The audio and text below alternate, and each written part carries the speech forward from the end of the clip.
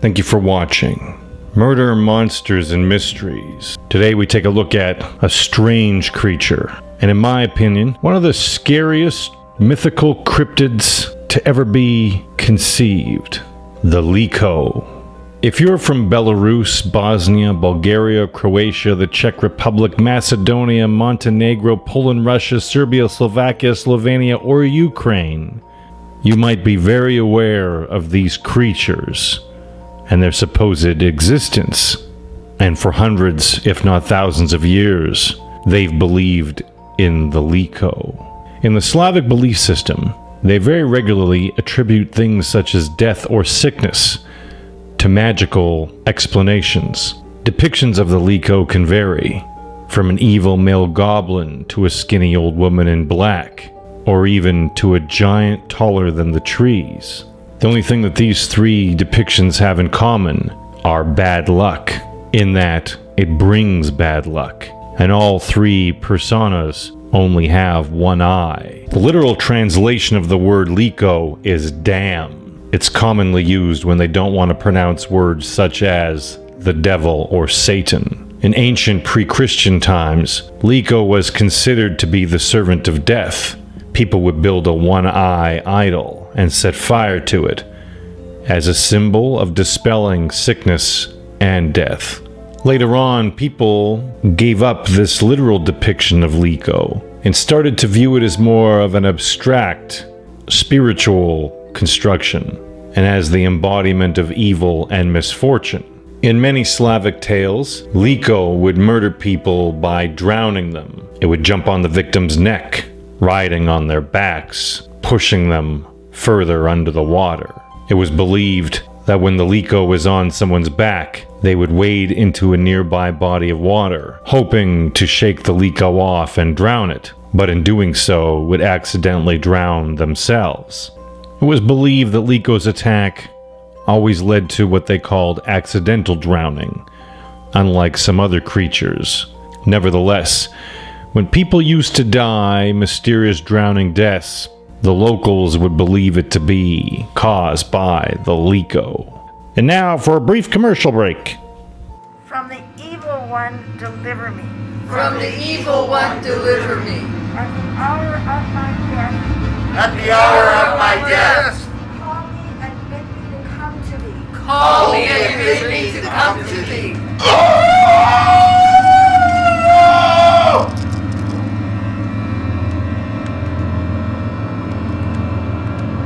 Give me the compass. If you don't, we'll take her eyes. We'll take your family's eyes. We'll make this whole town blind.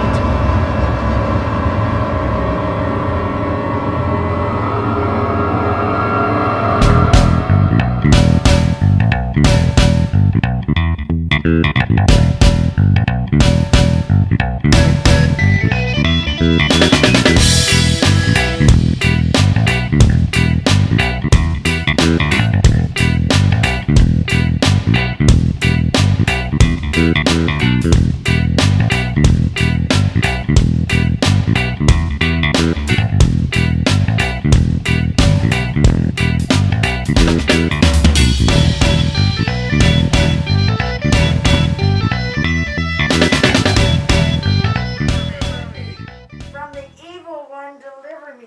From the evil one, deliver me. At the hour of my death, At the hour of my death, Probably should have come here first. come to thee. call me and bid me.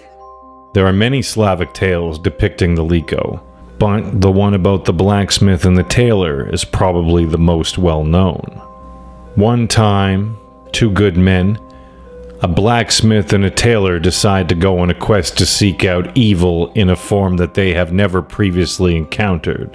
Although warned not to do so, their curiosity got the better of them. After several days of traveling on foot, they came across an old hut and sought shelter from an old one-eyed woman.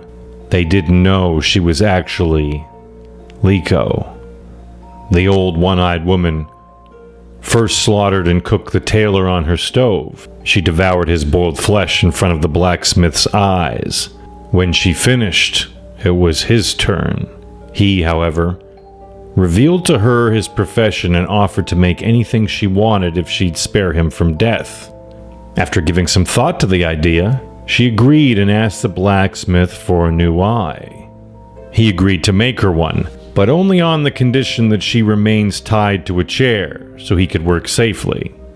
Now, many stories, this scenario would lead to a happy ending, especially this one due to its strange resemblance with Odysseus's encounter with the Cyclop, in which witty Odysseus manages to escape and survive. But Slavic people's belief is apparently darker than that. The story has several versions for the ending.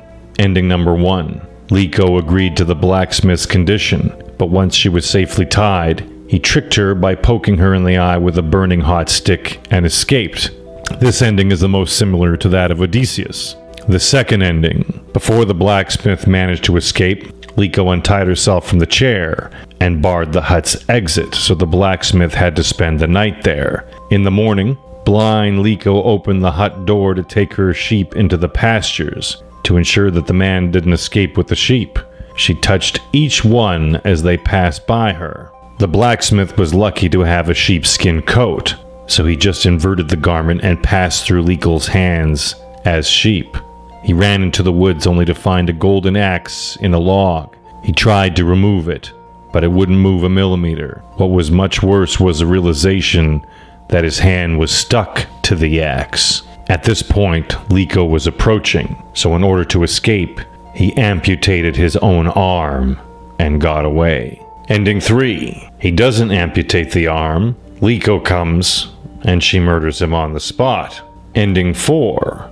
This is the most common ending to the story. Likho cheated the blacksmith first by jumping on his back, and he tried to drown it by jumping in the nearby river, but accidentally drowned himself. In that story, Likho moves on to do the same to many others. Russian folktales and legends also describe the Likho as a female spirit allegedly stealing other people's bodies and making them ill. This term has later been appropriated by the modern Russian language and stands for fever. Some Russian tales consider Likho as Chernobog's creation, but most tales and stories related it to Chuma, a common Slavic embodiment of plague. She would appear as a pale woman in white whose kiss or touch would make people ill. Weirdly enough, Serbs called these spirits milosnice, literally translated as alms or mercy, as people were expected to propitiate them. Milosnice could show up alone or in a group and bring illness to a certain region. Slavs believed that pronouncing certain deities or demons' names would invoke them, so Serbs would never mention the word milosnice. Instead, they flattered them by calling them good mothers and aunts. If it were discovered that an epidemic had started in a nearby city, people from the cities and villages nearby would light fires to chase off these entities. Thank you for watching Murder, Monsters, and Mysteries. If you enjoyed today's video, please like and subscribe, as we'll be uploading more regularly.